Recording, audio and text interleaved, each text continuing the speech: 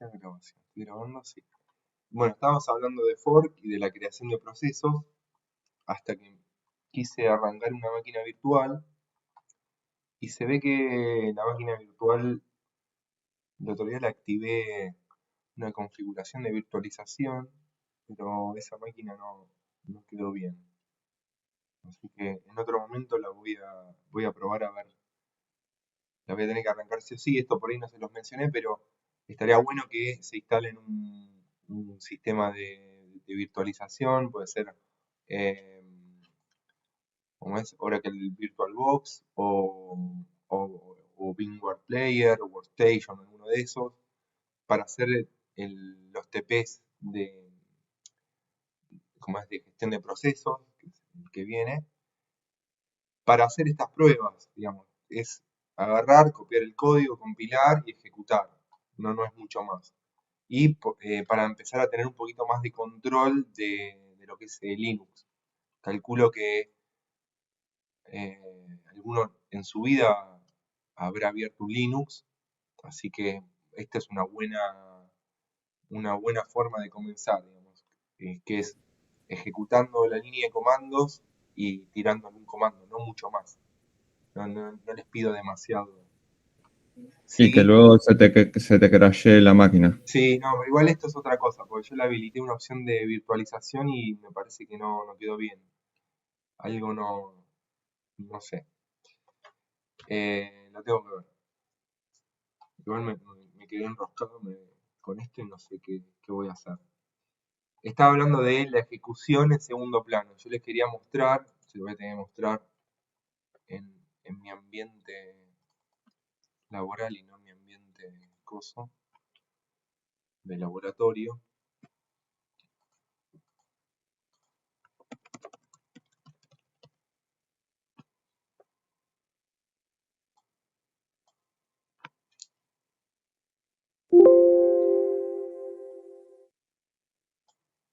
Está conectado.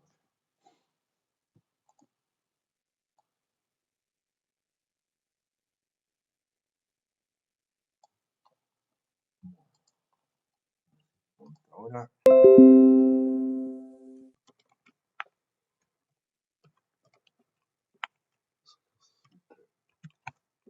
Profe, le hago una consulta con respecto a lo anterior que estaba explicando, antes de que pasemos a lo de fork y esto. sí. Había dicho que, por ejemplo, cuando un programa empieza a expandirse y a necesitar espacio, eh, espacio de memoria, ¿no? ¿A dónde recurre? ¿A la RAM después? Cuando no lo tiene. Vos siempre tu programa lo tenés en la RAM, vamos a decir Sí. la RAM, ¿no? O sea, tu programa lo tenés en el disco, tu juego.exe. Mm, Eh, lo ejecutás. Una vez que lo ejecutás, ese programa se carga en la memoria. Ya no tenés un programa, tenés un proceso. El bien. proceso queda cargado en la memoria y utiliza lo que conocemos como RAM. Si necesita más espacio de memoria, porque no sé, va creando, seguramente vieron en programación el concepto de, no sé, guirnaldas, nodos y cosas así, que uno va creando, va requiriendo memoria de forma dinámica y a medida que va requiriendo memoria de forma dinámica, eh, esa memoria se va agregando, se va completando en la memoria RAM. Si yo necesito más espacio de memoria, se lo voy a requerir al sistema y el sistema no es que me va a extender, como les mostraba recién en el Paint, el tamaño del proceso, sino que el sistema en sí ya no trabaja con la memoria, como les mostré recién, extendiéndolo, sino que te va a dar otra partecita de la memoria RAM. Y así Ok. sucesivamente hasta que obviamente en algún momento te quedas sin memoria o quedas, este, digamos, tenés tantos procesos o tenés procesos tan pesados que el sistema se queda sin memoria. Y ahí lo que empieza a hacer el sistema operativo es, ahí y antes también, A empieza, ralentizarse. sí, se ralentiza, eso ya te vas a dar cuenta, pero también utiliza un concepto también que vamos a ver más adelante, que es la paginación en disco. O sea, eh, empieza a utilizar el disco como si fuese la memoria RAM. O utiliza las unidades de swap, en el caso de Linux. Y Ok. te copia como la memoria RAM al disco. Obviamente, Mm, por más que le pongas un disco M.2, NVE, NVMe, el más rápido que se te ocurra, no es lo sí, mismo que la memoria. Por más ok, que profe. utilice ese disco. La memoria es muchísimo más rápida que cualquier disco. Y lo va a administrar así, digamos. Lo va a administrar dándole espacios disponibles. Ya vamos a ver mucho más adelante cómo funciona. Más Listo, listo. al Gracias, final. profe. Les quería mostrar, yo ahora no voy a crear ningún proceso, sino que voy a tirar un comando y voy a ejecutar, por ejemplo, top, que es el comando para ver procesos. Este comando les va a mostrar en tiempo real todos los procesos que se están ejecutando en este equipo.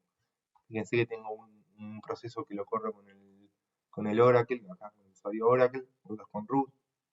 Esos procesos son procesos de base de datos.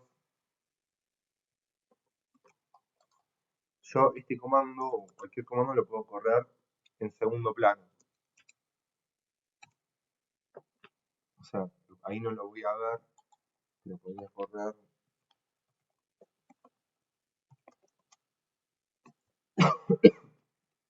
Ahí estoy corriendo un proceso top en segundo plano.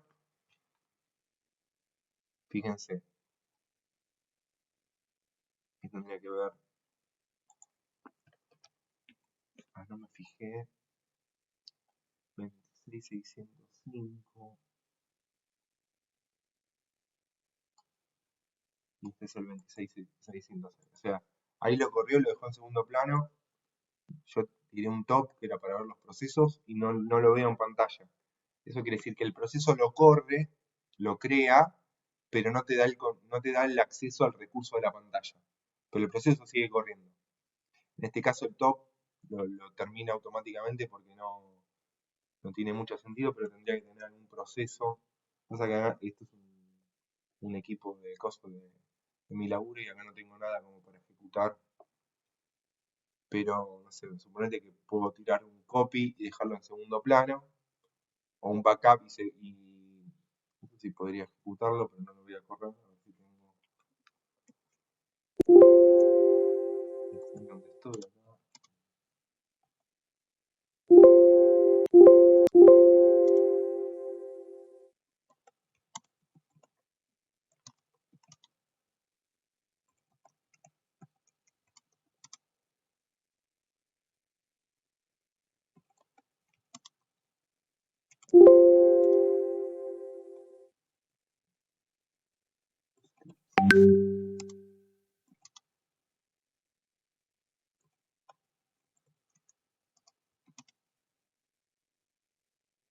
Por ejemplo, acá tengo este script que lo que hace es copiar el cron tab, que es un archivo de configuración de lo que queda,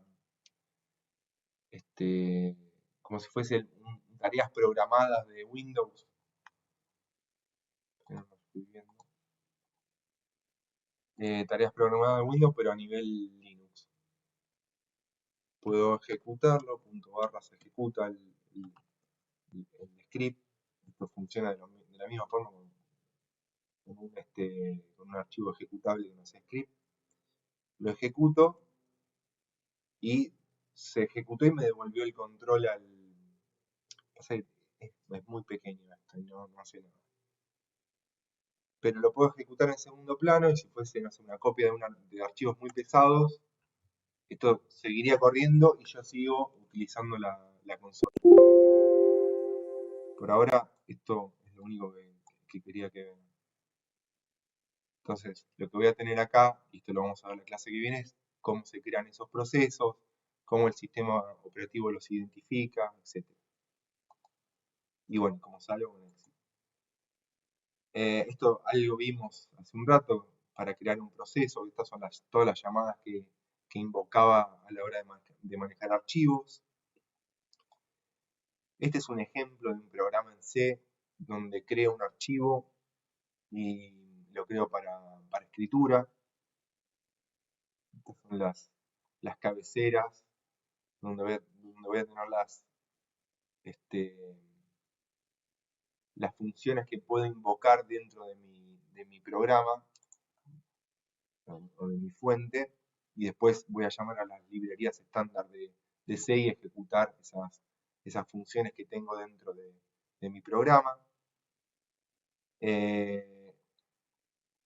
Esto de acá, esto no sé qué hace, esto guarda en un string la cadena hola mundo, crea el fichero, fíjense que acá lo creo de una, con una comprobación de error. Como programador tengo que chequear a ver si pude crear el archivo o no. Y después escribo la cadena en la cadena esta de acá, cadena, en el puntero que me devuelve el sistema operativo, perdón, la llamada a la función, cadena me devuelve el fichero acá, fichero me devuelve acá, fichero, ahí tengo la posición dentro del archivo para empezar a escribir. Fíjense que es todo parametrizado. Esto ya lo deben haber utilizado en alguna materia de programación donde la función tiene una entrada y tiene una salida y yo le tengo que pasar esos parámetros.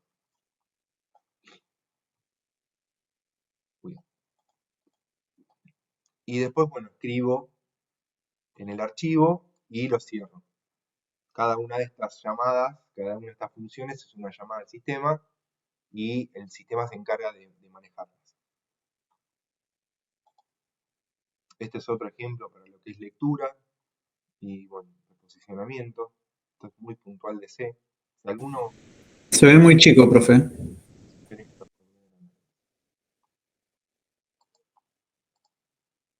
Ahí se ve mejor. Sí, sí, ahí mejor.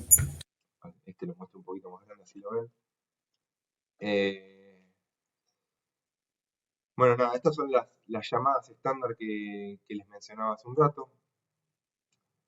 Lo mismo va a ser para la administración de dispositivos, pero algo parecido va a ser parecido a lo que hicimos con estos ejemplos de archivos, pero para acceder a un dispositivo de hardware, lo voy a tener que solicitar y liberar, voy a tener que leer, escribir y posicionarme dentro del dispositivo, si es por caracteres o por un buffer, depende de qué tipo de dispositivo sea. Conectar y desconectar los dispositivos. Voy a tener varias llamadas al sistema y que esas llamadas al sistema van a generarme un inconveniente. Lo mismo lo voy a tener acá, que por eso lo estoy haciendo, digamos, yo para crear un archivo, primero tengo que ver que el archivo no exista en la ubicación que la estoy definiendo, y después para manejar un archivo tengo que ver que ese archivo ya no esté abierto, si no, no lo voy a poder escribir. Y obviamente por más que lo quiera escribir, si hay dos procesos escribiendo en el archivo, voy a tener un problema. Pero volviendo un poquito a lo que es dispositivos o hardware, voy a tener un nuevo concepto que es la contienda de los distintos procesos hacia los dispositivos de hardware directamente o hacia los dispositivos lógicos. Ya vamos a ver qué son dispositivos lógicos, pero tengan en cuenta que un archivo es un dispositivo lógico. Cuando yo quiera acceder a ese dispositivo, voy a tener una contienda entre varios procesos. Si lo tengo tomado, si está libre, tengo que chequear un montón de cosas. Y después va a suceder algo que se conoce como interbloqueo, que viene aparejado a la contienda también. Digamos, yo cuando tenga dos dispositivos y tenga dos procesos, ¿qué pasa si el requerimiento es cruzado? O sea, el dispositivo 1 tiene tomado El proceso 1 tiene tomado, lo voy a tener que graficar así. Voy a tener procesos, supongamos que tengo dos procesos. Profe, ¿eso es a lo que se llama condición de carrera? No es exactamente condición de carrera, sería interbloqueo. La condición de carrera es algo que pasa puntualmente en los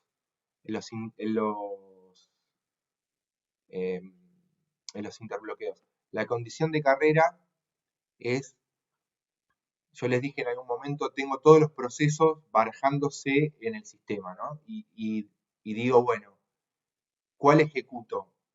Puedo ejecutar primero el 1, después el 2, el 3, el 4, o no sé, el 5 primero, después el 8, lo que sea. La condición de carrera sería cómo el sistema elige a los procesos a ejecutarse.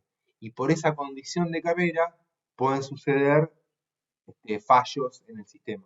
Entonces, ahí lo que voy a tener que hacer es hacer algo que es utilizar, por ejemplo, semáforos. Es otro tema que vamos a ver. La condición de carrera sería, suponete que vos tenés dos procesos, ¿no? Uno que copia y uno que copia de un archivo y el otro lo envía a internet.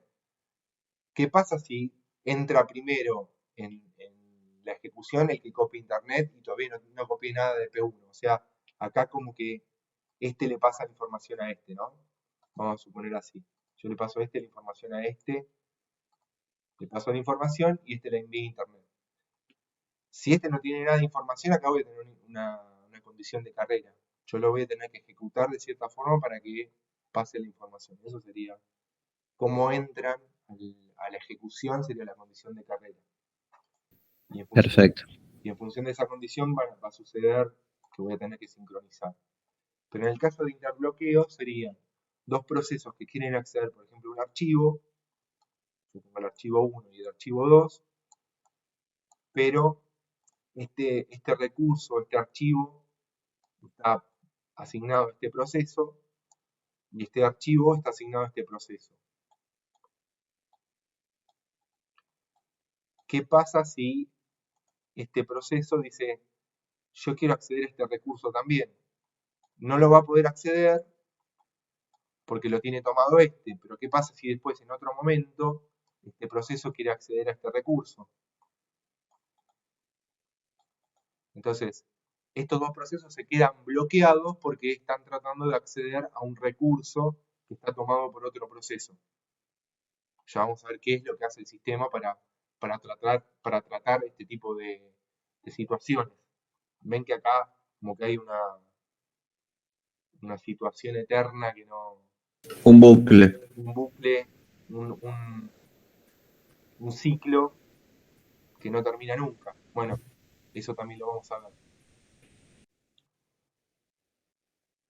Pero bueno, a lo que voy con esto, con las llamadas al sistema de lo que son dispositivos, se tratan igual que como en el ejemplo de los archivos. Después voy a tener otro tipo de llamadas al sistema que son como llamadas más administrativas, que son de mantenimiento de la administración, que es para obtener parámetros del sistema, no sé, la hora, la fecha, configuraciones, seguridad, atributos que me van a permitir a mí de los distintos procesos tomar algún tipo de decisión, no sé, del tamaño, de cuántos recursos toma cada proceso, o cuántos dispositivos tiene tomado un proceso, bueno, etcétera. Tienen que ver más con temas administrativos, que son llamadas que no sé, a través de una función quiero saber la hora del sistema. A mí me sirve y, bueno, no sé, la quiero mostrar en mi aplicación. Eso se lo puedo pedir al sistema. Después voy a tener llamadas al sistema respecto a las comunicaciones. Y vuelvo otra vez con el concepto de comunicaciones, no solo a nivel de red, o sea, no solo a nivel de entre dispositivos, entre computadoras, o entre computadoras y servidores, sino que a través también de distintos procesos que se encuentran en un mismo equipo.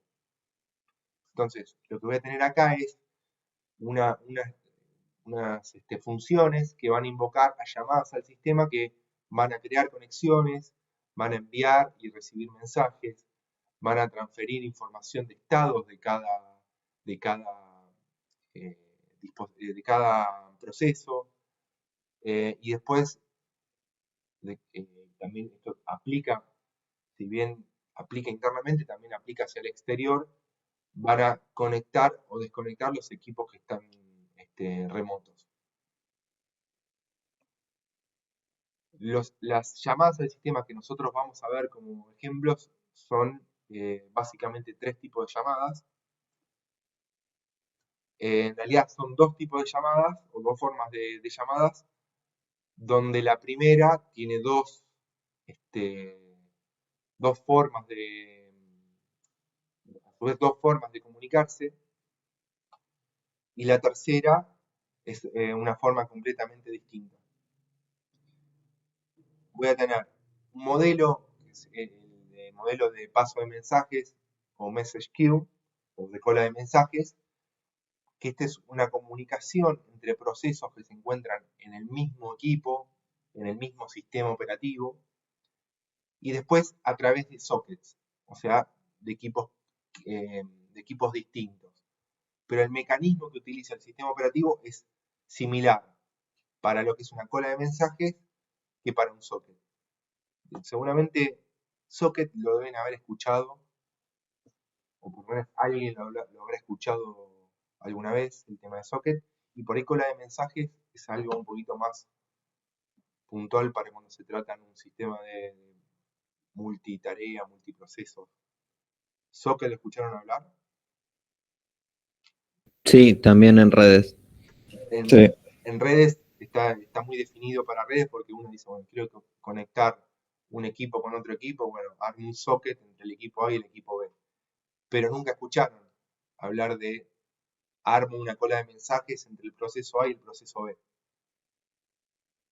Salvo que hayan, como digo siempre, visto la 2 y están cursando la 1 ahora, digamos, que hayan cursado concurrente y no es primero. Pero el mecanismo que tiene es un mecanismo similar entre cola de mensajes y socket. Y después hay otra forma que es completamente distinta, que es a través de una memoria compartida. Yo lo que hago es creo un espacio de memoria que es visible para 1, 2 o n procesos. ¿Se entiende?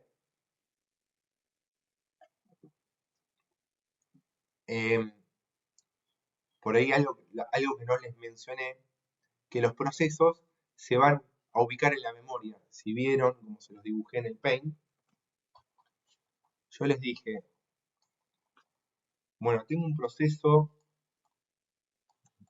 tengo el sistema operativo por acá arriba, supongamos que estoy arriba, tengo un sistema operativo por acá, y después tengo un proceso por acá, y tengo otro proceso por acá.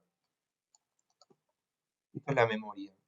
Ya por ahí no se los dije explícitamente, pero implícitamente ven que el proceso 2, bueno, el proceso 2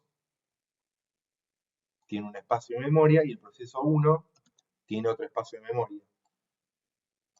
Yo creo una variable en mi fuente del proceso 1 que se llama, no sé, contador. Acá tengo una variable contador. Esa variable, para que yo la vea acá, no tengo forma en este proceso de ver la variable del otro proceso. ¿Por qué? Porque el sistema crea espacios de memoria diferentes para cada proceso. Y eso está perfecto, porque si no, imagínense que si mi proceso, yo estoy en el banco, ¿no? Estoy por hacerme una transferencia y tengo otro proceso acá que pueda acceder a los datos de mi banco, estaría en un problema de seguridad. Podría ese otro proceso, no sé, me bajo un algún juego craqueado o algo así y tiene una conexión hacia algún lugar del planeta y están viendo todo lo que estoy haciendo con este proceso y están viendo datos de otro proceso. Eso no debería pasar. Entonces, Sí, como una especie de lógica de compartimentos, digamos, donde aloja diferentes recursos. exacto, y los recursos no son compartidos. Claro, sí, sí, sí. Por eso tengo estos mecanismos. No sé por qué me fui, pero lo puedo tener dos veces. Tengo dos tipos de formas de comunicarme. A través de la primera, que sería cola de mensajes o socket, y a través de la segunda, que es a través de una memoria compartida. Entonces, con esto hago que los procesos se comuniquen. ¿Y cómo lo hago? Hay un proceso que va a crear un espacio de memoria, supongamos que el proceso 1 creó el espacio,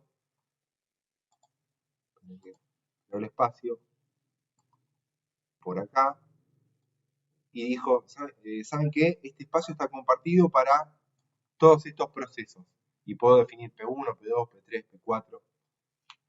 Y cuando algún proceso quiera acceder, va a venir acá y va a acceder a esa información. Pero solo a esa, no va a poder acceder a esta parte del proceso. Solo a esa, no sé, una variable, un string, un buffer, no sé, algo que tenga compartido. En cambio, en esta forma es distinta. Porque fíjense que esta forma, digamos, a través de memoria compartida es un proceso accede al espacio de direcciones de otro proceso. En cambio acá, en estos mecanismos, el sistema operativo interviene o hace de intermediario en la comunicación. Ya lo vamos a ver un par de slides más adelante. Pero esos serían otro tipo de llamadas. Y después, bueno, tengo programas, estamos hablando de la base, seguimos hablando de la base, y ya dentro de poco nos metemos más en profundidad de cada una de estas llamadas. Se entendió igual como concepto, ¿no? Que voy a tener llamadas que me van a permitir a mí comunicar procesos. Hasta ahí necesito que sepan. Todo lo demás es algo que va a venir un poquito más adelante. Las primeras dos unidades me las paso pateando cosas para adelante, pero el libro, si ustedes leen el libro, son como, no sé, 100 hojas de la unidad 1 y 2 es, miren, todo esto se va a ver, todo esto se va a ver, te lo va presentando, te va diciendo, bueno, esto es algo que tienen que entender para algo que van a ver un poquito más adelante. La idea es que entiendan que va a haber una llamada al sistema que me va a permitir comunicar uno o más procesos. Otra cosa es, ya le estoy haciendo spoiler, que normalmente la comunicación en la cola de mensajes va a ser de un proceso hacia otro proceso. En cambio acá, esta memoria compartida, yo puedo compartir un espacio de direcciones de memoria a n procesos que estén ejecutándose en ese equipo. Programas del sistema. Proporcionan un entorno para ejecutar y desarrollar programas. Esto es las operaciones básicas del usuario final de un sistema operativo. Administración de archivos, información de estado, modificación de archivos, soporte de lenguaje de programación, cargar y ejecutar programas, después programas clientes de distintos servicios, de TEL, de escritorio remoto, de SSH, de compartición de archivos a través de Samba, de SMB. Después, otro tipo de programas del sistema, ya un poquito más, mucho más para el usuario final, digamos, son navegadores, procesadores de texto, editores de imágenes, digamos, todas las aplicaciones extra que traen los sistemas operativos, que sin eso pueden funcionar tranquilamente, digamos.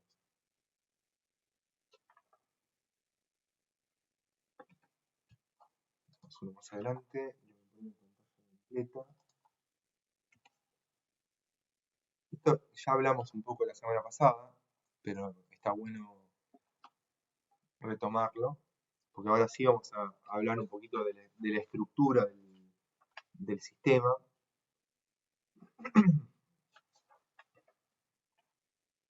Quiero ubicar ahí, en la hoja que tengo que ver. Esta la cambié, listo, ahí está. Esto lo vuelvo a poner en esta unidad para recalcar un poco de lo que hablamos la semana pasada, de qué es el kernel, digamos, una porción del sistema operativo que se encuentra permanentemente en la memoria principal.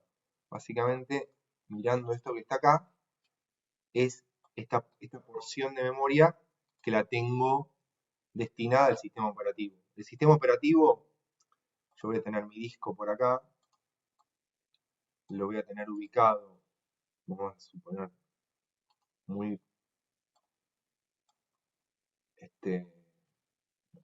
lo dibujo así, va a ser muy cuadrado.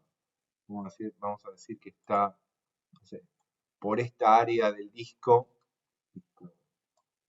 y acá tengo mi sistema operativo. Un poquito, tengan imaginación con lo que estoy diciendo, ¿no? Esto obviamente está distribuido por todos lados. Vamos a decir que por acá está mi C2 barra Windows. C2 barra Windows. Vamos a decir que está ahí. El kernel es lo que se va a cargar en la memoria y va a ir tomando en algún momento, cuando lo necesite, información que va a estar en disco y la va a cargar en la memoria. La va a agregar, la puedo cargar en tiempo de ejecución o la puedo cargar luego de un reinicio en el kernel del sistema. Y mi kernel obviamente va a ocupar más espacio en la memoria. Entonces decimos que es la porción del sistema operativo que se encuentra permanente en la memoria principal, contiene las funciones más usadas, funciones usadas más frecuentemente, implementa en general servicios básicos, manejo de memoria, en general administración de procesos, comunicación, concurrencia y gestión de hardware. Supongamos que yo abrí el Paint recién, ¿no? Uno dice, el Paint viene con Windows, sí, pero no se te va a cargar en el kernel, no lo vas a cargar acá. Lo vas a cargar en otro proceso, acá. Vamos a decir Paint.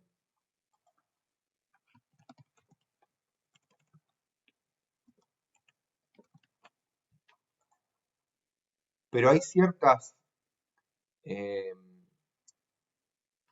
partes de mi sistema operativo que yo las puedo cargar directamente en el kernel. Ya vamos a ver que son los módulos anexables al kernel. Entonces, esto es como recordatorio. Todo lo que es básico para que el sistema funcione lo voy a tener en el kernel. Si no, lo tengo aparte, o si no, lo modulizo y lo agrego. Entonces, en un primer momento, los kernel, y todavía se siguen utilizando, eran un kernel monolítico. ¿Qué significa un kernel monolítico?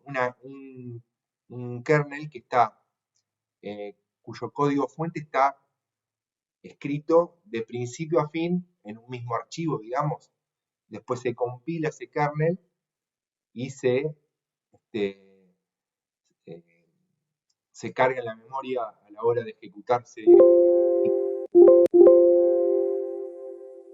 Entonces, lo primero que voy a tener es esa estructura de kernel donde tengo todo en un mismo módulo, digamos.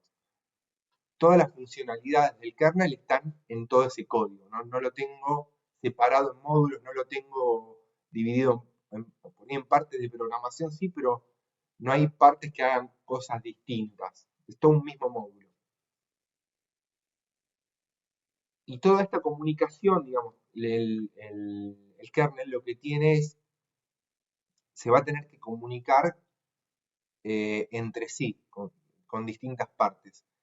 Y esa comunicación la voy a tener que hacer a través de parámetros o espacios de memoria o registros de la CPU y modificando estos registros o estos parámetros de memoria, hago que el kernel se comunique con otra parte del kernel. Entonces, ¿qué es lo que hago?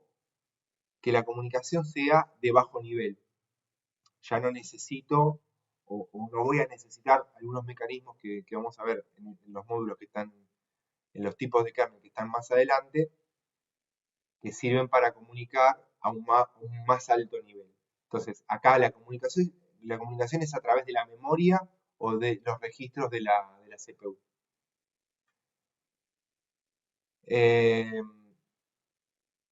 Y el kernel es una pieza única de código, supongamos eso.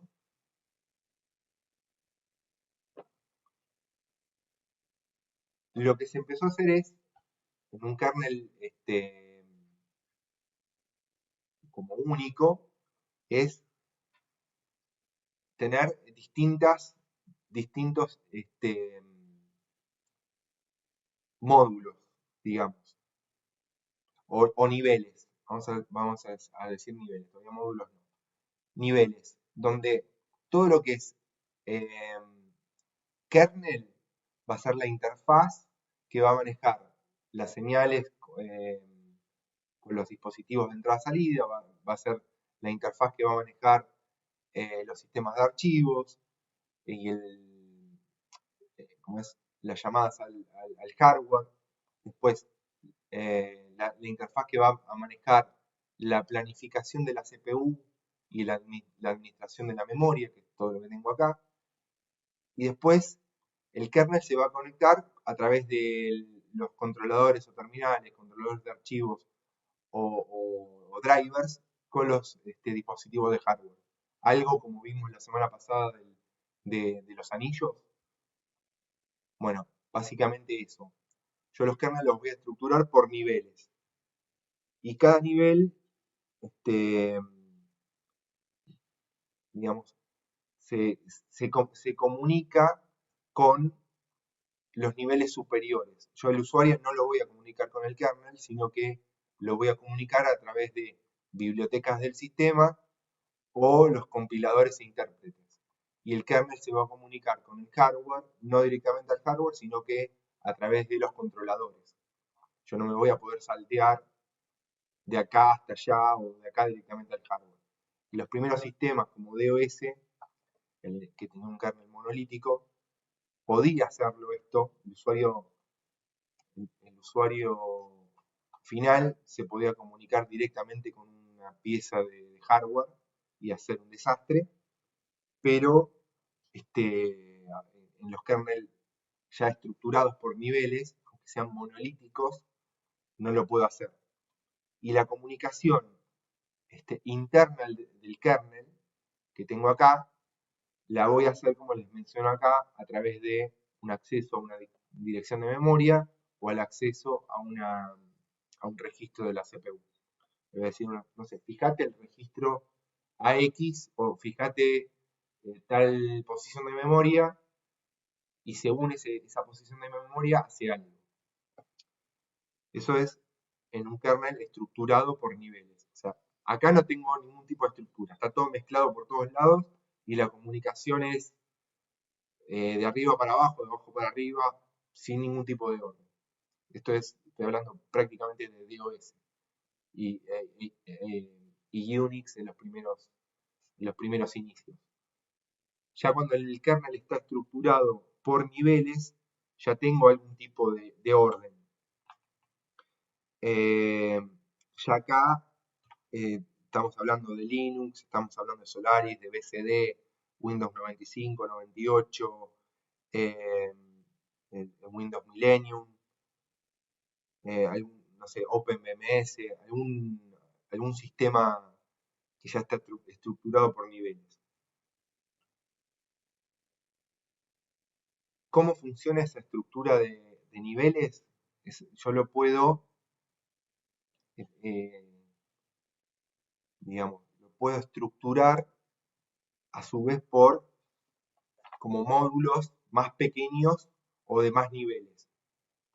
O sea, voy a tener más como subniveles de comunicación. Esto es una estructura simple. Entonces, digamos, esto sería muy básico, yo conecto de acá hasta acá y de acá hasta acá y nada más. Pero cuando lo estructuro por niveles, la estructura es un poquito más compleja. ¿Por qué? Porque voy a tener varios subniveles o módulos en algún nivel. Y la estructura que va a tener que tener el sistema operativo se va a tener que definir en función de cómo yo quiera manejar el hardware que tengo.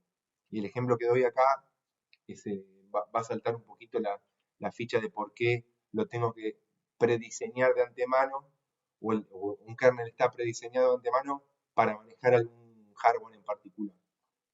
Por ejemplo, yo tengo primero programas de usuario, programas de sistema,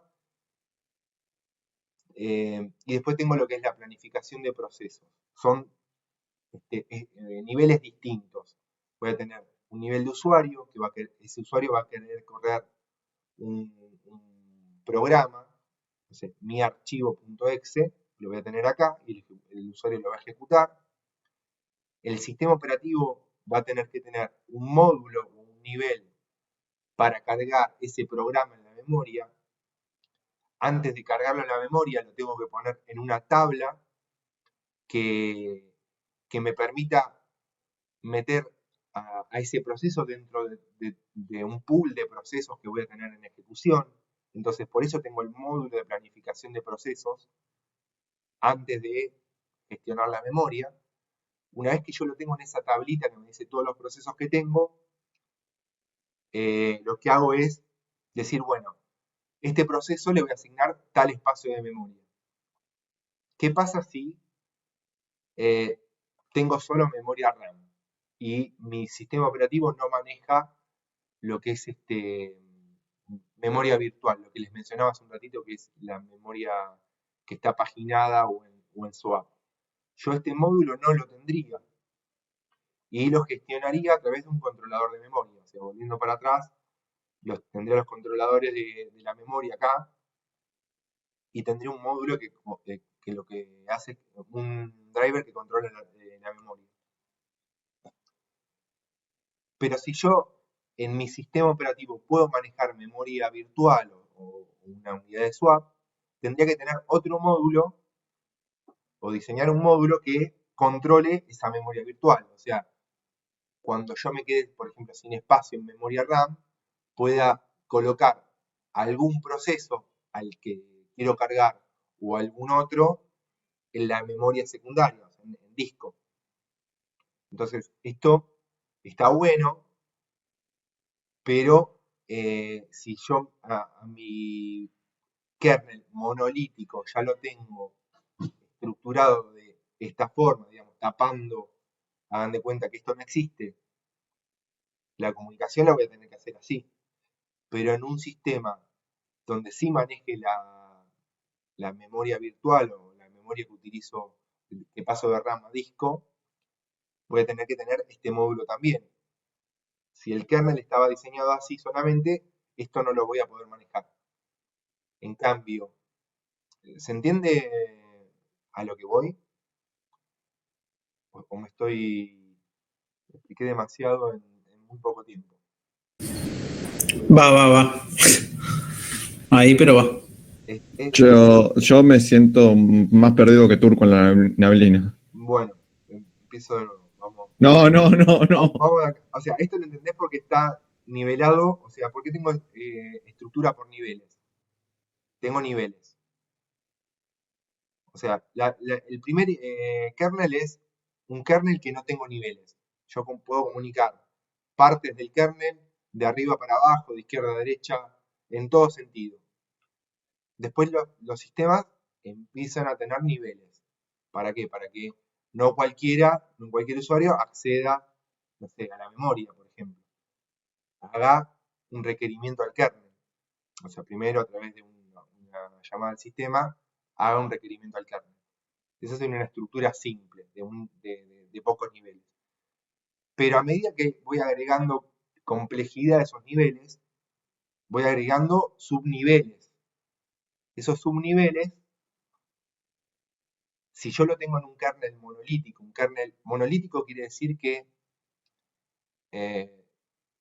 algo que vos comprás enlatado y no lo podés modificar. Lo compraste, vos comprás un auto, ¿no? Vos comprás un auto y el auto eh, lo podés modificar. No sé, le podés quitar el motor, le podés poner otro motor, lo podés pintar de azul, de verde, de violeta, de lo que sea. Pero en este caso, el kernel monolítico sería, vos tenés todo un kernel entero que no lo podés modificar. O sea, sí lo podés modificar, pero cuando vos quieras agregar algo, por ejemplo, como esto que está acá, lo que vas a tener que hacer es compilar todo el kernel de nuevo con esta modificación y obviamente volverlo a cargar. Es como decir, bueno, el auto lo podés cambiar, sí, mientras esté apagado. Si está prendido, no, o sea, no va a funcionar y el motor no va a estar funcionando y yo tratando de cambiarle el motor mientras que funciona. Es imposible. Entonces, el kernel monolítico sería una pieza de código única de kernel que para cambiarla la tengo que cambiar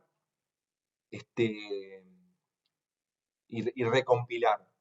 Y si yo quiero cambiar la forma que trabaje ese kernel con otros hardware o que trabaje distinto con alguna funcionalidad, lo voy a tener que recompilar.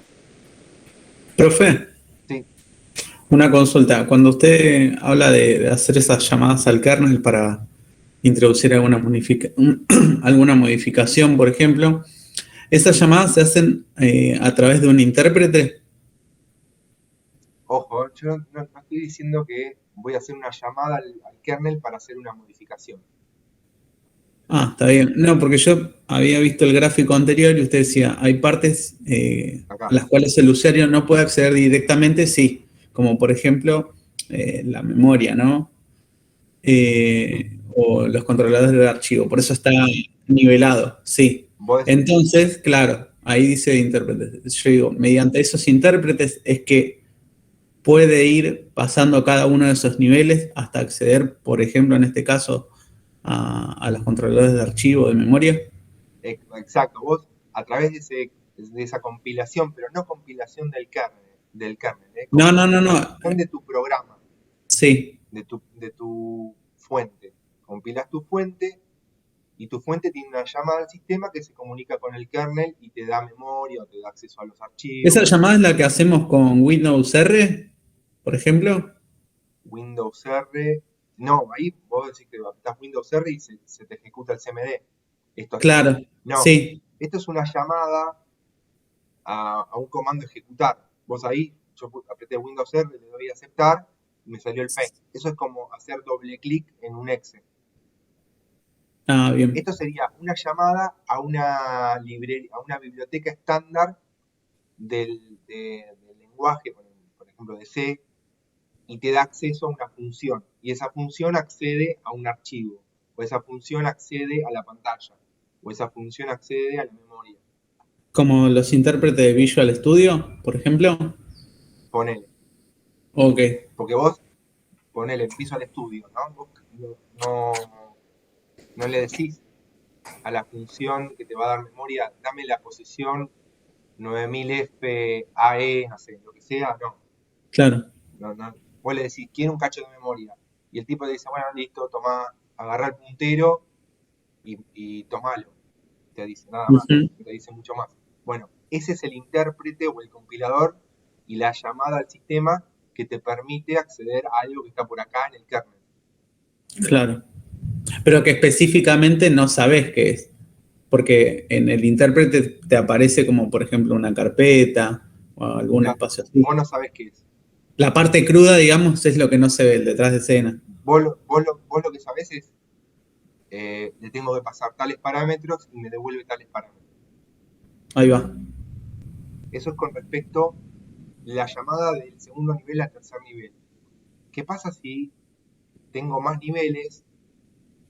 O sea, Los subniveles. tengo subniveles y voy Mm. a tener otras llamadas internas, digamos. Yo si quiero gestionar la memoria para acceder directamente a la memoria RAM que tengo acá abajo, voy a tener que tener un controlador de memoria. Pero si ahora la gestión de la memoria la hago incluyendo la memoria virtual o la memoria que tengo en disco, el archivo de paginación, el swap, ese que les menciono, tengo que tener otro nivel acá, en paralelo.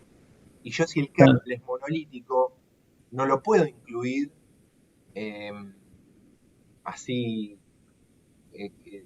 como nada, digamos. Otra cosa es el kernel modular, que es el que nosotros vamos a ver, que digo, bueno, ¿sabes qué? Este módulo no lo tengo, no lo tengo. ¿Sabes qué? Incluímelo, instálamelo. Y lo puedo instalar. Hay módulos que se instalan, y estoy haciendo spoiler de la siguiente hoja, de las siguientes dos hojas, que se instalan en caliente, digamos, corriendo el kernel, y le anexo al kernel, tengo acá a mi paint, Claro, en simultáneo mientras lo estás usando. En cambio, en el ahí monolítico no te deja. no te deja. Sí lo puedo agregar, si hago una nueva versión del kernel, tengo las 50.000 líneas de código del kernel y digo, ¿sabes qué? Ahora tengo otro nivel que se llama controlador de procesos para lo que es la memoria virtual. Perfecto, lo incluyo acá, se comunica con este a través de parámetros así y bueno, lo que sea. Y por ahí este lo tengo que poner abajo, o este abajo de este, porque este Claro. no lo voy a comunicar. O sea, esta comunicación entre este y este no voy a tener entre estos dos módulos. La comunicación siempre va a ser a la gestión de la memoria con este. Entonces voy a tener como una B corta acá, ¿no? Voy a tener la comunicación hacia arriba y este hacia abajo, y después así y así, si este se Ujú. quiere comunicar con este. Entonces, si es monolítico, lo tengo que volver a compilar al kernel, que no se confunda con lo que compilé acá de intérprete sin compilador.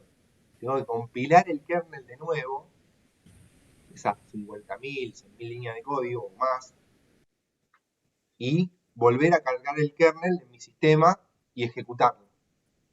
Y cargar el nuevo kernel. Entonces ya tiene el nuevo kernel la funcionalidad para manejo de memoria virtual. Profesor, Sí, le hablaron en el chat. sí. Pero siempre monolítico. ¿Qué es monolítico? Monolítico significa como una pieza única de código. Si no,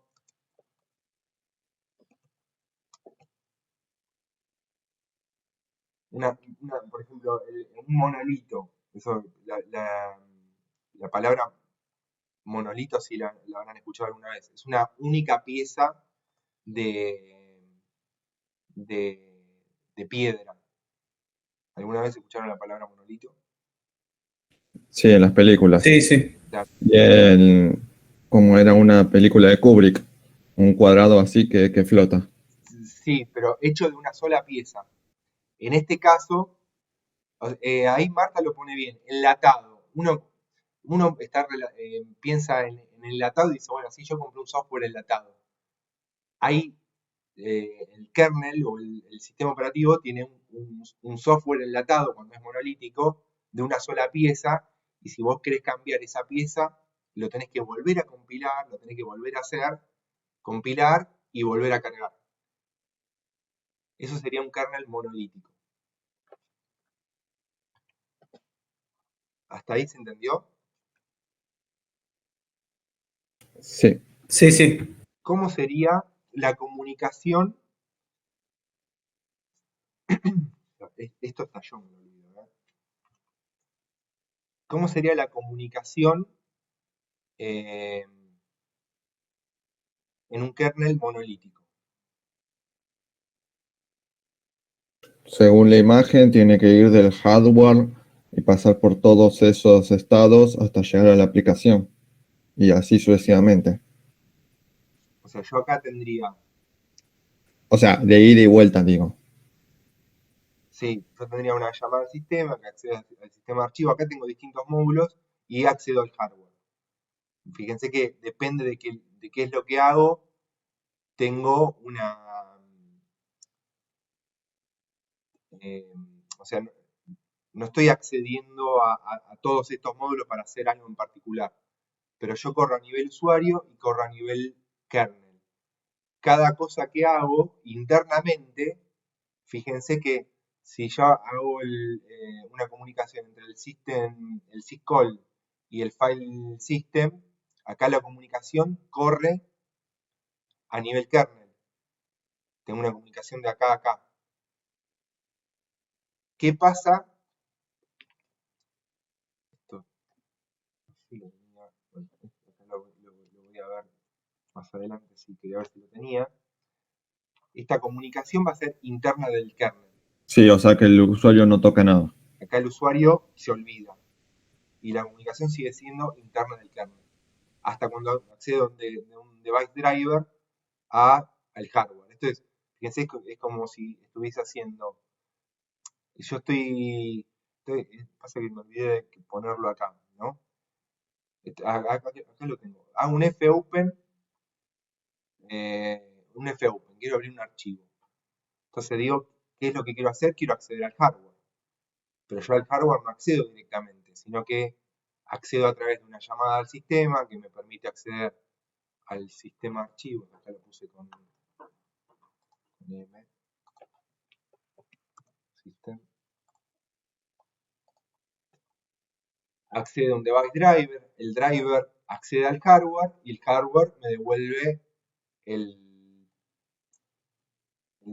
acceso al archivo. No, me devuelve a la llamada y ahí me devuelve el archivo. O sea, es todo esto tengo, fíjense, lo que hago con las flechas negras es marcar los cambios de contexto. Cambios de contexto, si recuerdan, cuando nosotros dibujamos los anillos del sistema operativo, era cuando yo saltaba de modo usuario a modo kernel. Básicamente tengo dos saltos, uno y otro al final. Después no tengo más. Esto es todo interno que se está moviendo entre kernel y el hardware. Pero entre el usuario y el kernel tengo dos saltos. Esto sería básicamente la llamada al sistema para acceder a un recurso y el sistema me dice, sí, toma, no sé, toma el archivo, o toma el puntero al archivo, o toma este espacio de memoria. ¿Cuántos cambios de contexto tengo?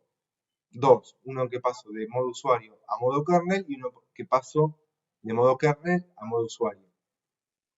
Esto es algo importante. Ténganlo en cuenta, en un kernel así monolítico.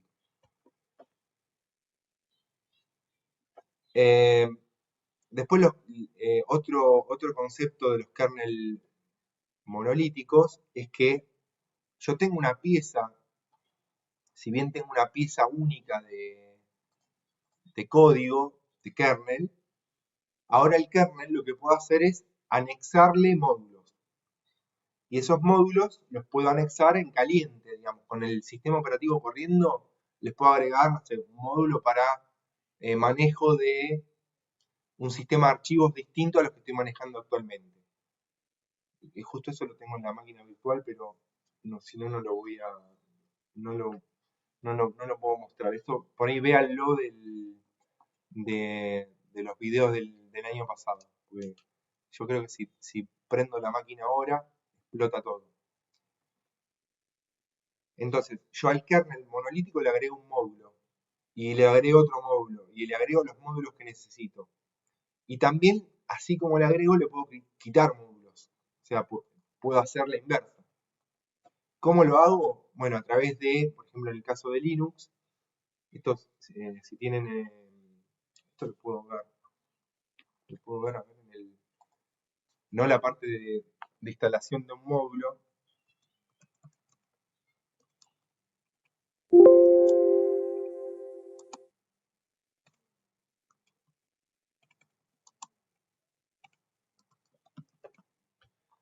pero sí a través de entrar a ver qué tengo incluido ahí.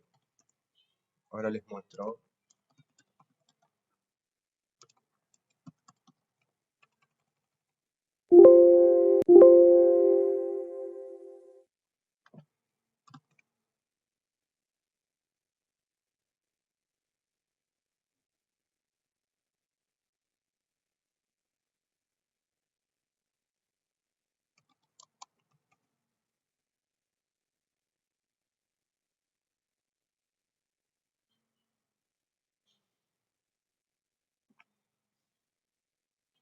Bueno, estos son todas las versiones que tengo. Ahí no se va a ver un demonio porque está en azul. Es más, yo no lo veo ni en mi monitor. Pero créanme que, y esto no lo puedo cambiar, estos son todos los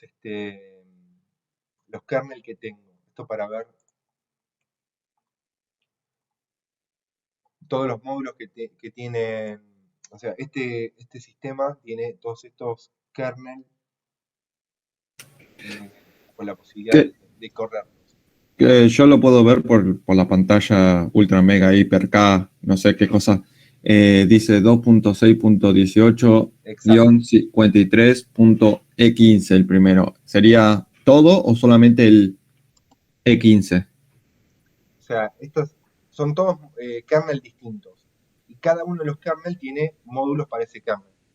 2.6, 18, 53, 23. Preguntan sin Linux. Sí, esto es un Linux, esto es un Red Hat. Y acá tengo el kernel. Estoy en uno de todos estos, no sé cuál es el que estoy corriendo ahora. ¿Ahora está en el kernel?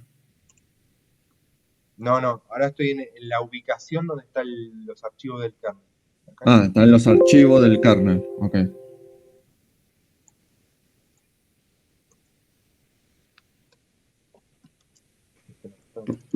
Profesor, pregunta porque ya no sé si lo dijo o no, me olvidé o lo estoy entendiendo mal. Sí. ¿Un sistema operativo puede tener varios kernel o es un kernel por sistema operativo? O sea, vos podés tener varios kernel eh, en el sistema de archivos, pero en ejecución podés tener uno solo. ¿Y ahí se estaban ejecutando todos esos kernel o No, es no. solo... Ah, Ahí no sé por qué figuran y varios están vacíos, pero me parece que solo uno está instalado. Como que esta versión te debe dar la opción de, esta versión del sistema operativo de Red Hat te debe dar la opción de todos estos kernel, pero solo te instala uno. Tengo que ver cuál está acá. digamos que tenés varias versiones, que podés elegir una de esas versiones. Claro, exacto. No es que están todas al mismo tiempo. No, Ok. no sé cuál de todas era. Y encima, esta de acá. Tiene que ser, porque la única que está modificada.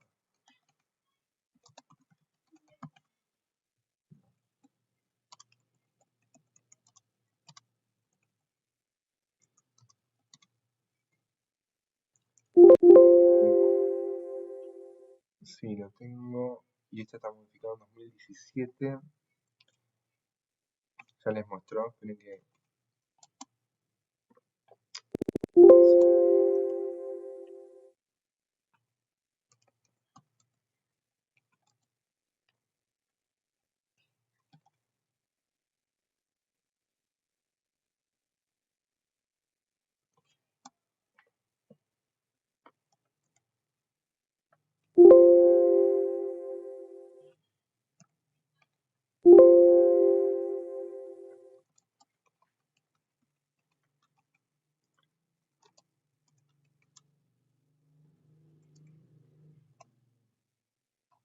Acá veo el punto KO.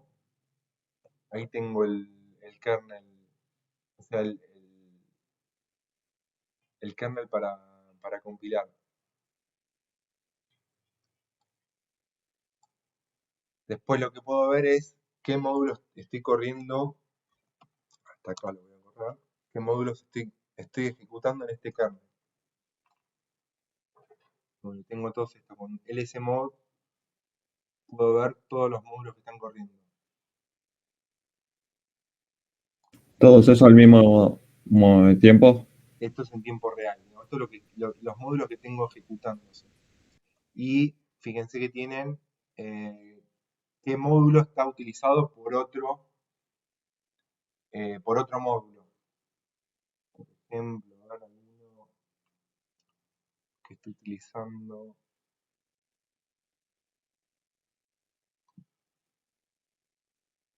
X3. A ver, no a nadie.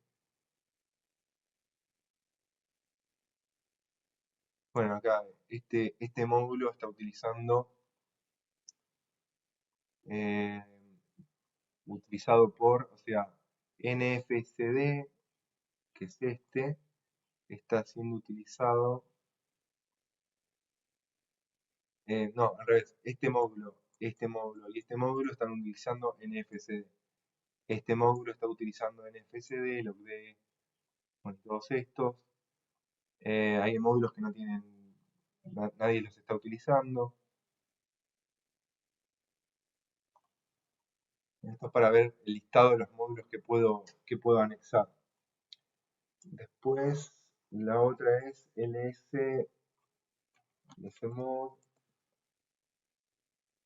grep, el pygrep.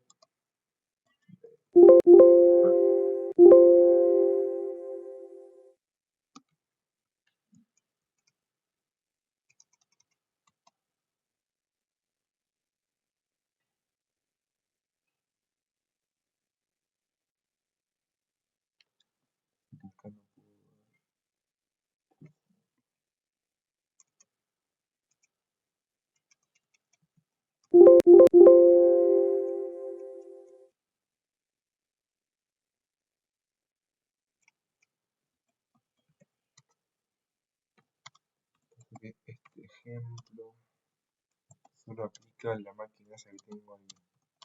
Tengo que buscar un módulo que esté en algún lugar de estos.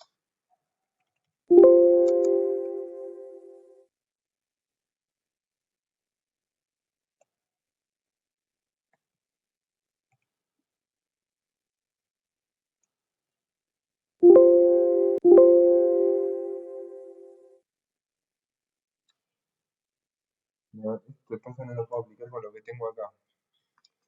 Hagan una cosa, esto véanlo, después les voy a pasar un video donde lo explico punto por punto en la máquina virtual, donde pueden ver todos los módulos que tienen, que pueden cargar o desinstalar del kernel. Hay algunos que le va a pedir un reboot para que los cargue y hay otros que directamente los puedo aplicar en caliente.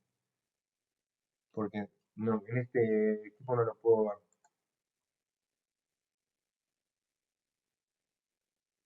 Después le voy a pasar el video si lo ven bien. Después, otro tipo de kernel que tenemos, y creo que esto ya es lo último, de kernel. Hablamos un poco más de máquinas virtuales. Es lo que se conoce como microkernel.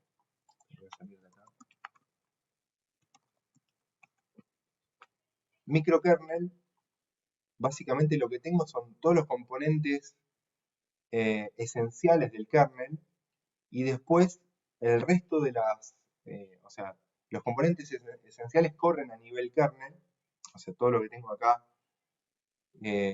manejo de la memoria, el scheduling de procesos, Basic IPC, que son Interprocess Communication, o sea, todo lo que sea la comunicación entre procesos, la hago a través del kernel. Todo eso lo voy a tener en el kernel. Y el kernel resulta siendo lo menor posible. Algo que no les dije es que a medida que yo agrego módulos al kernel, el sistema operativo, digamos, dentro de lo que es la memoria, me va consumiendo más memoria. Si yo agrego módulos y módulos y módulos y módulos, el sistema operativo se vuelve gigante y se vuelve incontrolable en cierto punto, digamos. Es más grande la administración del sistema que lo propio que ejecuta el usuario final.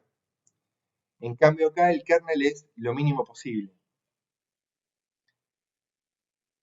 La diferencia que tengo con respecto al sistema monolítico, digamos, o al sistema modular de kernel, es que en un microkernel, fíjense que cada vez que yo tengo que recurrir a una aplicación, a un servicio, por ejemplo, un servicio de archivos, tengo que comunicarme con el servicio, la aplicación se comunica con el servicio de archivos y el servicio de archivos se comunica con el kernel. Y el kernel me devuelve el control. si esto mismo lo tengo aplicado a un sistema, o sea, lo que vimos recién de hacer un fopen, lo aplico a un sistema con microkernel, fíjense que si yo quiero hacer un open de un archivo,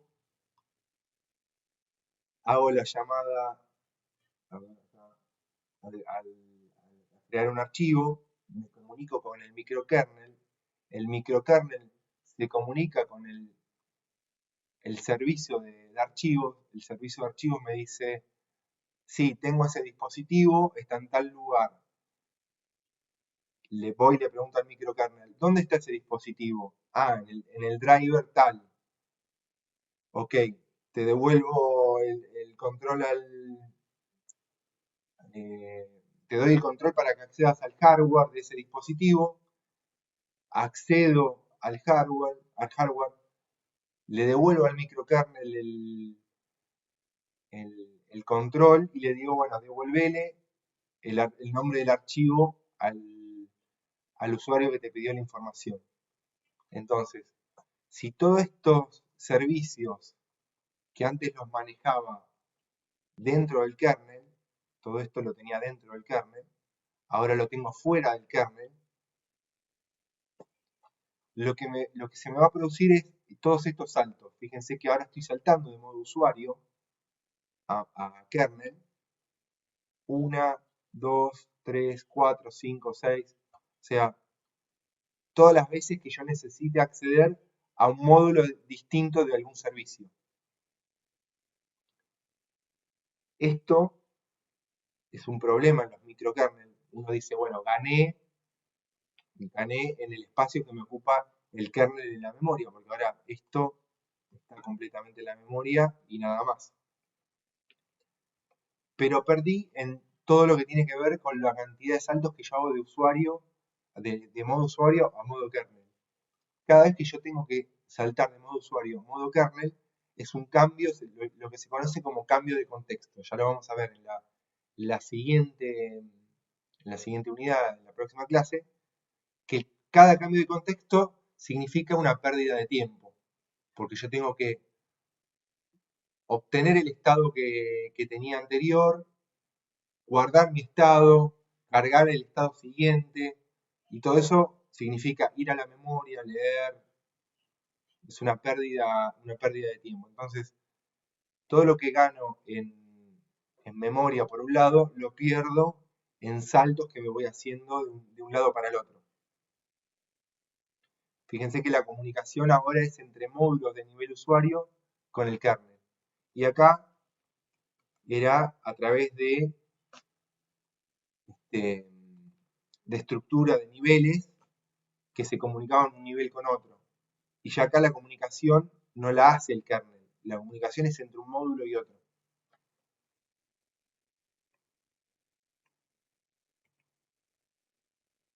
Entonces, la función principal del microkernel es proporcionar un mecanismo de comunicación entre el programa cliente y los distintos servicios que se ejecutan, también en el espacio de usuario. Entonces, me hace de intermediario de este con este, o de este con este. Estoy señalando módulos que corren a nivel usuario, que se comunican entre sí. Pero ¿quién me hace de intercomunicador? El microkernel. Y el microkernel, por eso, tiene esta comunicación básica de comunicación entre procesos. IPCs, Interprocess Communication. Me hace como de traductor entre este módulo y este módulo. Este módulo y este módulo. Eso sería un microkernel. Gano por un lado, pero también por el otro también pierdo en cambios de contexto. ¿Qué es lo que se está utilizando hoy en día en los sistemas, por ejemplo, en Windows?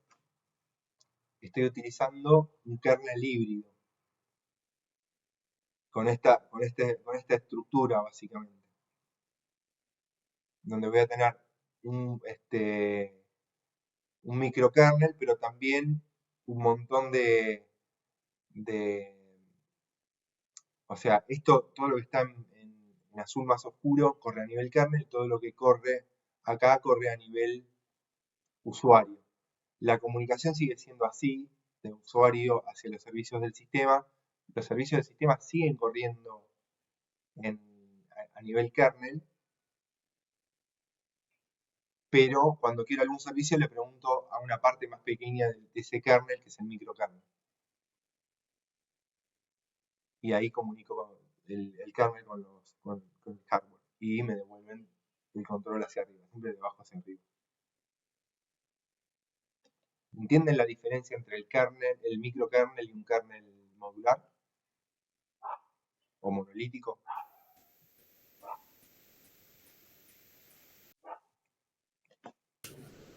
Más o menos, digamos, son otro camino para cortar y hacerlo más rápido o más eficiente, dependiendo de lo que uno quiere. Sí, o sea, si yo cargo todo el kernel, tuviese, no sé, todo el kernel cargado en la memoria, sería mucho más rápido que hacer toda esta comunicación. Porque acá es como que, no sé, cuando alguien quiere hablar, me pregunta a mí si puede hablar. No sé, vos querés hablar con, no sé, con alguien del chat.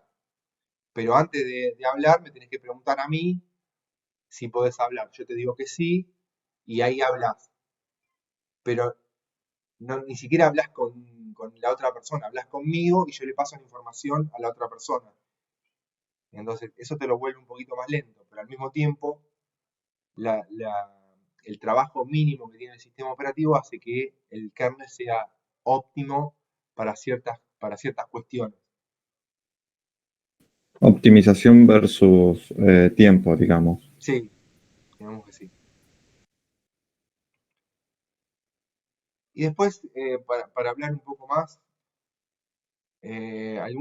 vamos a hablar por ahí un poquito del arranque, que del arranque hablamos la semana pasada y yo se los mencioné que lo íbamos a ver. Que decíamos, bueno, ¿cómo es el tema del arranque? Después vemos lo del tema de la virtualización. ¿Cómo es el tema del arranque? Bueno, lo primero que voy a tener que tener es algo que me diga dónde arrancar. Entonces, lo primero que tengo es en la BIOS un lugar donde donde me va a decir dónde tengo que arrancar. Entonces, el procedimiento de inicialización de una computadora mediante la carga del kernel se conoce como arranque del sistema. Esto es la base. Primero se carga un pequeño programa que se encuentra en una memoria ROM, pues sería la BIOS. Este programa en BIOS se copia el contenido, no se copia el contenido de una dirección de disco que va a depender del sistema de archivos, digamos, del sistema de archivos, que lo voy a tener en la MBR o GPT, dependiendo del sistema de archivos, en una dirección fija de la memoria para luego darle el control. O sea, la BIOS me dice, andate al lugar del disco, que en tal lugar del disco vos vas a encontrar dónde se encuentra el sistema operativo, dónde se encuentran los archivos del sistema operativo, dónde se encuentra el C2./Windows. Te va a dar la ubicación física en el disco. Y lo que hago es copiar el contenido ese en la memoria. Una segunda etapa lo que hace es, digamos, esta copia, esto por ahí no lo mencioné, lo tengo mencionado acá abajo, esa copia, ustedes vieron que los sistemas de archivos, yo puedo tener un sistema de archivos NTFS, X2, X3, FAT, FAT32, NFS, NTFS, y cada sistema de archivos maneja los archivos de una forma distinta. Esta copia, esta información que yo tengo acá en la MBR o GPT, entonces Master Boot Record, digamos, vamos a tomar el Master Boot Record, que es el arranque más fácil y más común. Ahora no es tan común, pero más sencillo, digamos, de explicar. Está en texto plano.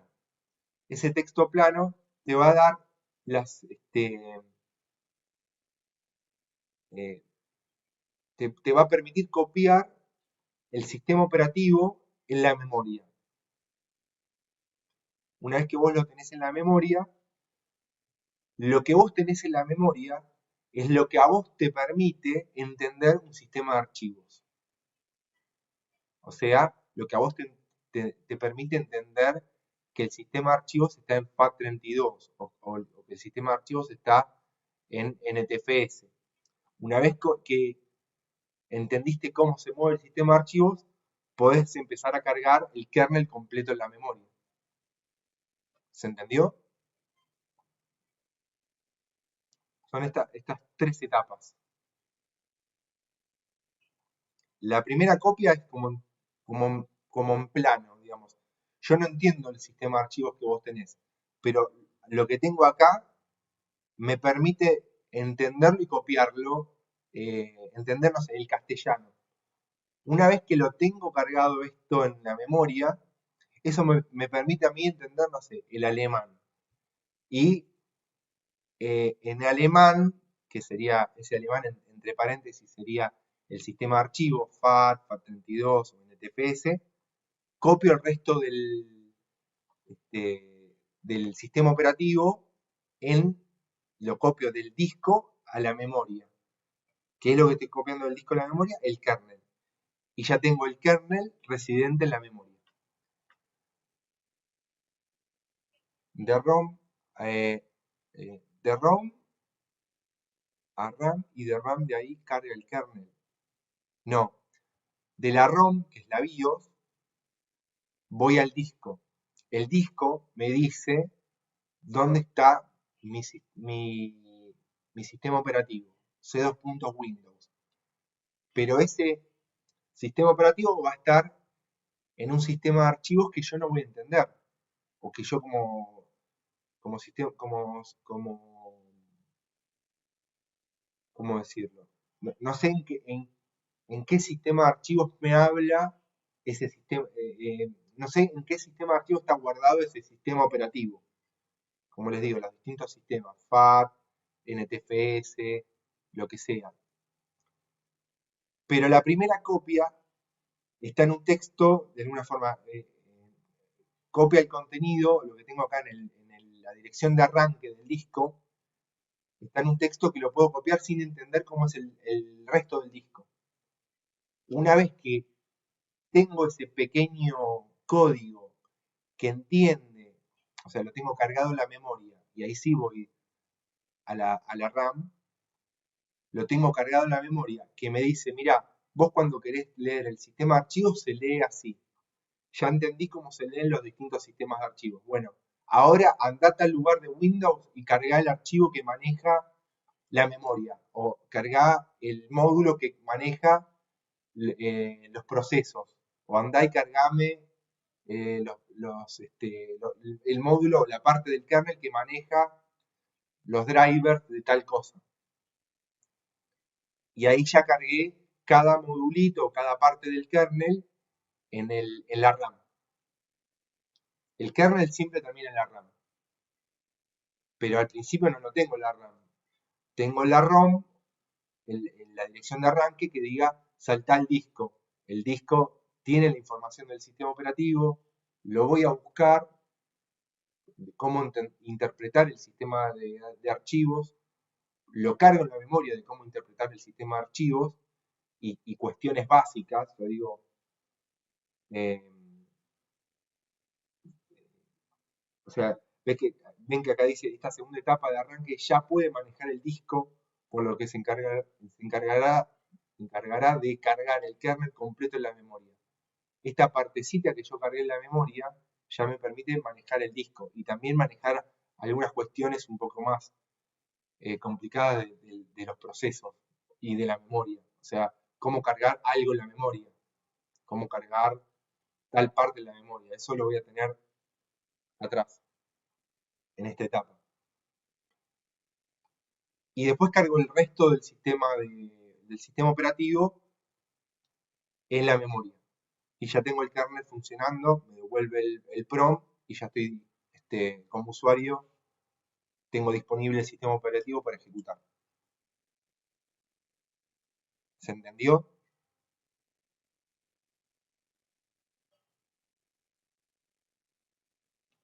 La ROM, esto es lo de recién. Bueno, esto es la parte de arranque. Después hablamos un poquito de entornos de virtualización. Nosotros hablamos de sistemas operativos, pero ahora estamos hablando de un sistema operativo que administra distintos sistemas operativos. ¿Alguna vez alguien vio un sistema de administración de virtualización? Y esto es lo último que les voy a dar, 15 minutos. Sí, sí, se refiere al Virtual PC, VirtualBox y eso sí, Bueno, donde se crean imágenes y bueno, sí. exacto. Yo tengo en un entorno, o sea, sobre un sistema base, sobre un sistema operativo base, tengo distintos sistemas operativos clientes, digamos, que están virtualizados dentro de este sistema. Ustedes conocen las versiones, digamos, hogareñas de, no sé, Virtual de Oracle VM, que tengo acá el VirtualBox. No las voy a encender porque si no me va a tirar un pantallazo azul como recién. Donde, bueno, yo puedo designar, no sé, distintas funcionalidades o hardware, digamos, o sí, hardware, que puedo asignar a esa máquina virtual distintos hardware, fíjense acá tamaño en disco, etcétera, a una máquina virtual. Estos, Profe, sí, una pregunta. ¿Lo que sería escritorio remoto o AnyDesk también incluye virtualización? ¿O un TeamViewer, por ejemplo? no, ahí vos lo que estás haciendo, te están enviando el contenido de la memoria, o sea, del lado del cliente, esperen que no sé qué están escribiendo, del lado del cliente les están pasando la información de la pantalla de ese cliente hacia el lado del servidor. O sea, vos me pedís un TeamViewer a mí, yo te envío el contenido de mi pantalla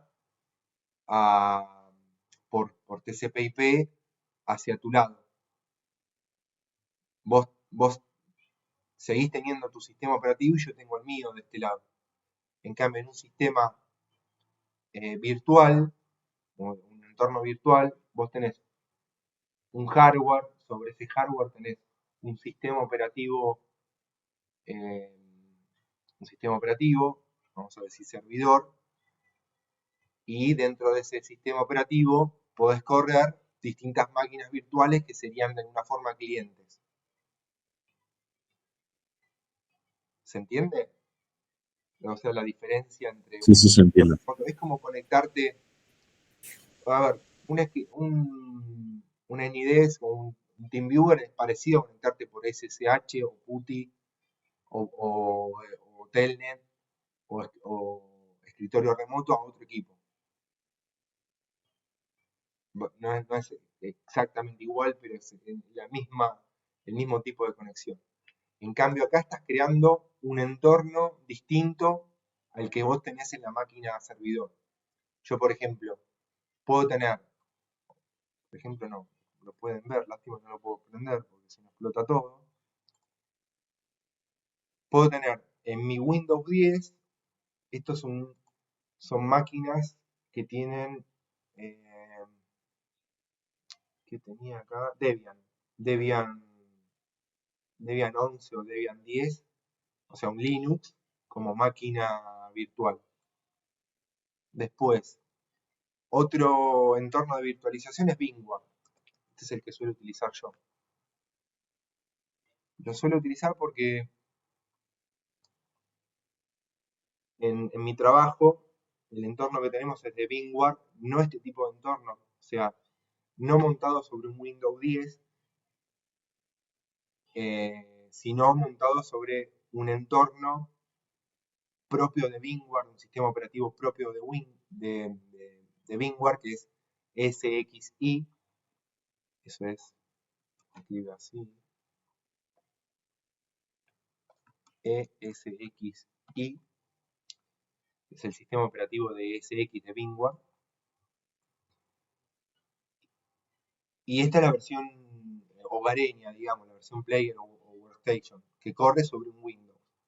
Y acá tengo, por ejemplo, acá tengo el Kali, es una herramienta de ethical hacking, con un Debian 8. Este es un Debian también, un Debian 10. Este es el mismo Kali para otra cosa, para poder utilizar una plaquita Wi-Fi que tengo ahí para craquear Wi-Fi. Entonces, sobre un sistema servidor, un sistema operativo servidor que es Windows 10, corro distintas máquinas.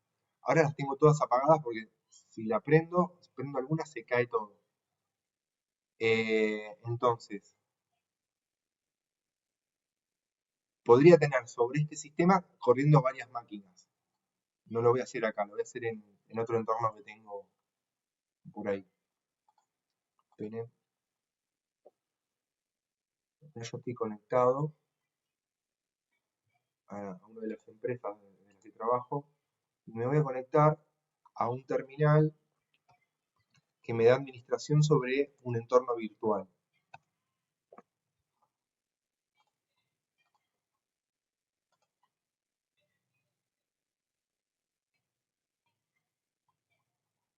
Se me desconectó de la cosa.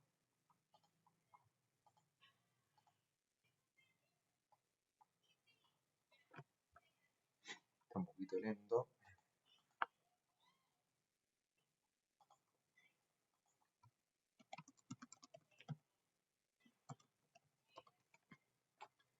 Bueno.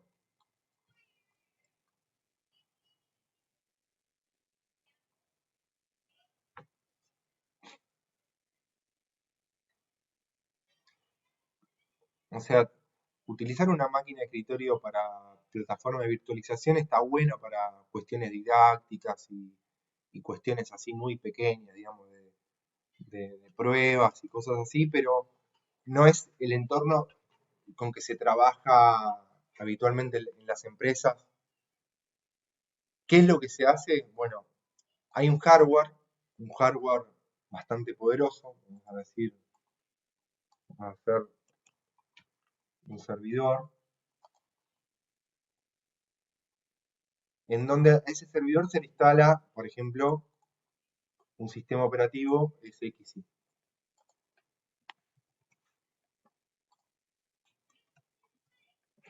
SXI. Y a otro hardware, por ejemplo, en el caso que les voy a mostrar ahora, también se le instala SXI. Estos sistemas son sistemas monousuario, multitarea. O sea, localmente me puedo conectar al servidor con un usuario por una terminal. Por una terminal de... por una pantalla, digamos. A su vez, cada servidor puede tener discos, ¿no? Disquitos acá.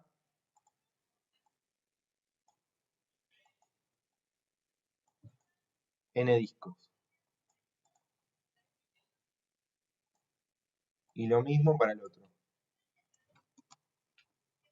Si yo instalo una máquina virtual, como tenía estas creadas en mi máquina, vamos a decir que acá le instalo un Windows, lo voy a pintar en azul, acá instalo otro Windows, un Windows 10, un Windows 7, después acá instalo un Red Hat, y no sé, acá instalo un Ubuntu.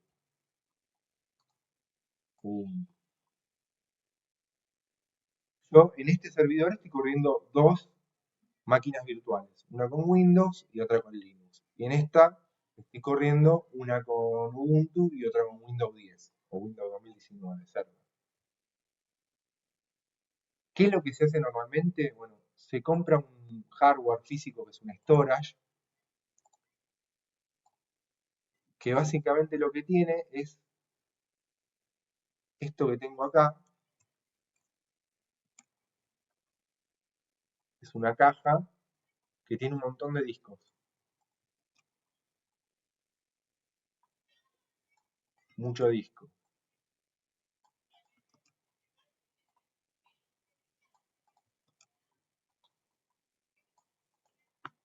Y esto se conecta a través de una conexión de red. Si es de fibra mejor, vamos a suponer que no hay un switch intermedio de fibra ni nada. Y esto se conecta acá.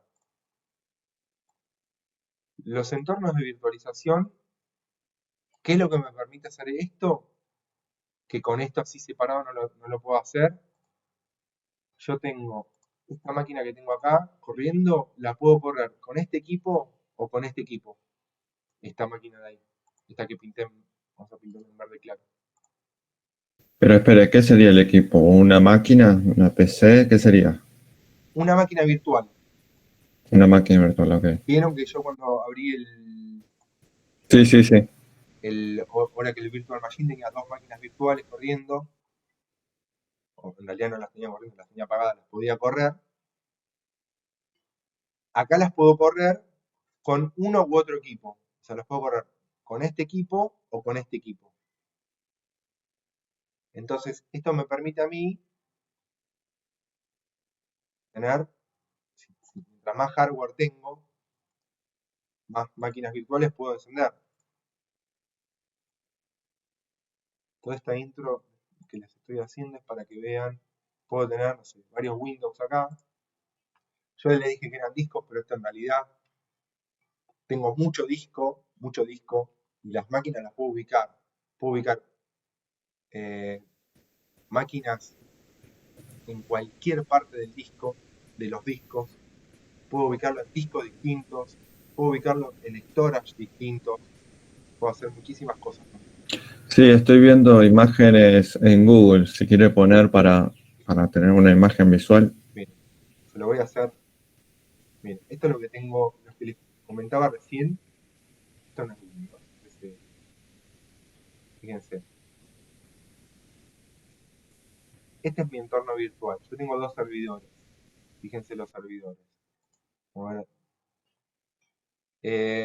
hipervisor, que es el SXI7, tiene un servidor DL360 generación 10 con, no lo puedo ver ahora,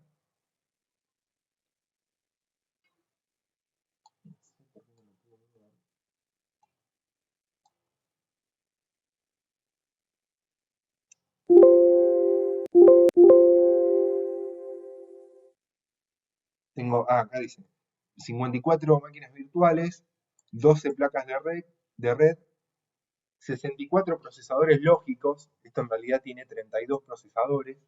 Si yo busco el DL360 Gen 10 con este Intel Xeon, tengo 32 procesadores lógicos que tiene a su vez dos hilos de ejecución. O sea, por eso me lo muestran como 64 procesadores lógicos. Tengo 383,65 GB de memoria RAM y casi 60 teras de disco. Esta capacidad de disco en realidad es esto que vieron acá. Todo esto tiene 60 teras. Y yo voy tirando las maquinitas dentro de estos 60 teras. Lo que tengo de memoria y lo que tengo de procesador es lo que tiene cada uno. Sería como una partición de disco rígido, algo así. Esto de acá. Lo de los 60 sí, pero en realidad están divididos en esos. Los 60 teras están en este storage. Sí, sí, como si fuese una partición de un disco rígido, Claro. que sigue siendo. Es como una partición, pero es una partición como de red. Porque vos la partición la ves en tu máquina propia. Acá esa partición la va a ver este dispositivo, este SXI, Claro. 1, y este SXI 2. Ambos van a ver estos 60 teras. Yo te muestro acá, voy al segundo. No es que tengo otros 60 teras, son los 60 teras y fíjate que están ocupando casi lo mismo. O sea, Sí. están ahí, lo mismo. No sé por qué, no sé si es que se me mueve la pantalla 30,93, 30,93, es el mismo. La barrita se me mueve porque se me va cambiando se me corre para el costado, no sé qué pasa. Y acá adentro tengo todas estas máquinas ejecutándose en ese momento. O sea, todas las que tienen el triangulito verde se están ejecutando. Fíjense, esto es un Windows 2003. Este es un antivirus que tiene Windows 2019. No, 2012.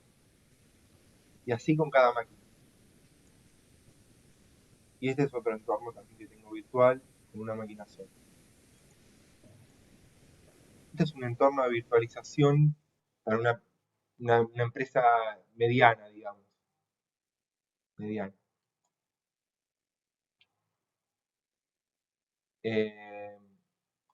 Y lo que voy a tener acá es como que si tuviese varios sistemas operativos, que en realidad lo que tengo es un sistema operativo servidor, que es SXI, y después un montón de sistemas operativos que corren como si fuesen procesos distintos de ese sistema operativo servidor. Tengo un montón de ventajas con el tema de la virtualización. Si ustedes ven, por ejemplo, me paro sobre una máquina. Esta máquina, donde dice la memoria, a ver, hago clic derecho, editar, fíjense, tengo 4 GB asignado de memoria, pero el dispositivo está utilizando 163 megas. O sea, yo le puedo asignar como máximo utilizar 4 GB, pero si el dispositivo utiliza 163 megas, el resto de la memoria está disponible para que la utilicen todas estas máquinas. Y eso suele pasar. Yo tengo un sistema operativo y si el sistema operativo no está funcionando a full, está ocioso y de mi memoria físicamente tengo desperdiciada prácticamente toda la memoria si está ocioso. En cambio, este sistema lo que hace es aprovechar lo que no está utilizando una y lo utiliza otra. Fíjense que de memoria estoy bastante bien. Estoy digamos, al 50% de este equipo y esta un poquito más. Pero ¿qué tengo que tener en cuenta? Lo bueno que tienen sistemas así es que, suponete que viene un loco y viene y me corta la conexión que tengo acá. Me la corta. Y yo esta máquina que estaba acá en verde claro la estaba ejecutando con este equipo. Agarro con este otro equipo, vengo y la ejecuto yo. Y sigo funcionando. Por más que alguien me haya cortado la conexión a este servidor, o se haya prendido fuego, o se haya, no sé, lo que sea. Me da esa disponibilidad que en un sistema como una PC, como mi PC, como vieron recién, se trabó y si yo hubiese tenido, no sé, 5 máquinas virtuales corriendo en mi PC, se caían las 5 máquinas virtuales. Acá las puedo levantar, obviamente depende de qué licencia tenés de virtualización, las puedo levantar en todo momento o si se apaga la levanta automáticamente el otro equipo, este de acá. Esto sería un sistema virtual de un entorno virtual. Y bueno, estos son algunos de las plataformas conocidas. VMware es la que es líder de mercado, después Hyper-V es la que te da Microsoft. Microsoft, creo que Windows 10 ya viene con una opción para Hyper-V. Oracle VM, que es la otra que les mostré. No, perdón. Las primeras versiones o sea, ustedes conocen VirtualBox, que ahora se llama Oracle VirtualBox, pero antes de VirtualBox había una versión propia de Oracle que les aseguro que no era tan buena como la VirtualBox que manejan ahora. Debe que Oracle dijo, ¿saben qué? Lo que tengo es una porquería, mejor voy y compro algo que funcione y que sé que funciona. y se compró VirtualBox. Y otra plataforma es Xen, que esto suele venir en las instalaciones de Linux. Y, no sé, alguna otra que, no sé, alguien más conozca. Las que yo he manejado son estas y una más que no me acuerdo cómo se llama, que ya me voy a acordar. Empezaba con O, pero no me acuerdo qué era. Así que bueno, esto sería entornos de virtualización. El arranque del BIOS y este es el fin, el meme final.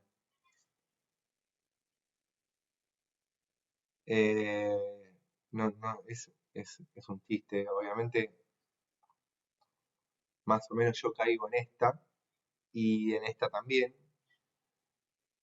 Así que, bueno, nada. Este es el postcréditos, la colita postcréditos. Es una película bastante vieja, Piratas del Silicon Valley, que cuenta la historia de los comienzos de Bill Gates, Steve Jobs, más de Steve Jobs que de Bill Gates, pero están metidos en esa, aparece en la película. Seguramente alguno la vio.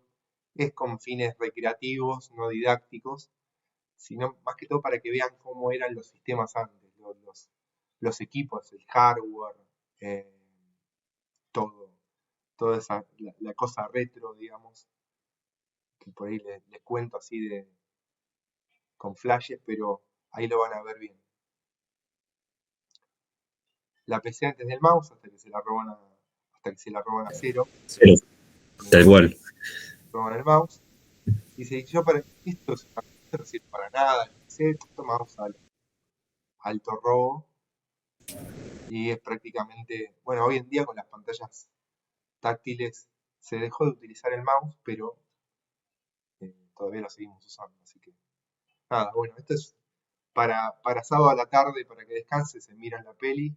Creo que está en YouTube, no sé si está libre, ahora la voy a buscar y si no se las comparto. Si la encuentro, se las comparto. Nada, bueno, es todo por hoy. Así que bueno, corto acá la grabación.